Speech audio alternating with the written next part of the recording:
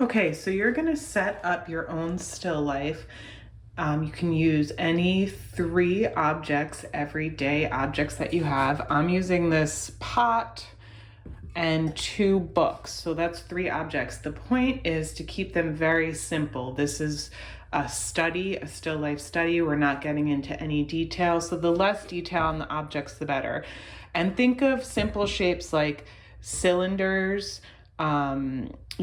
These are cubes, right? The rectangle shapes. You could do cones, triangles, a coffee mug without anything on it would work great. Just the more stuff that's on there, the more distracting it's going to be. This is why I turn the books this way to not have the text on it. So you want to test out different lighting. You can have a lamp on or off. I have a great window here that's coming in that's giving me this nice shadow that I like. So move things around, adjust things until you find that it's just right, and take your time to get it set up. And if you really don't have three objects that you want to use, I'll provide the photo that I'm using for my demonstration so you can follow along with my photo. But it really is great to do a live still life, to paint from life, because you're seeing the three-dimensionality of it. Even though we're painting on a two-dimensional surface, we're trying to create the illusion of three dimensions using value, right? Using shading, lights and darks.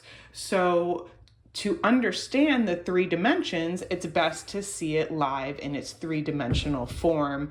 What a photograph does is it flattens it to a two-dimensional form. So it's okay to use photographs, obviously, but it's best to paint from life.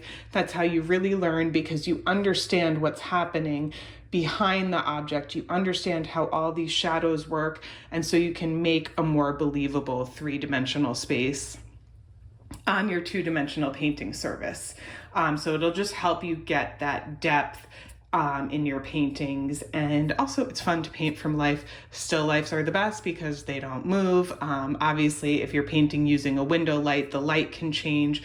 But if you close the shades in a room and have your own lighting situation, you can just paint for hours and hours and keep practicing with it. So experiment with different lighting, get your shadows and highlights that are going to give us that good range of values, and get a simple composition with simple shapes all set up.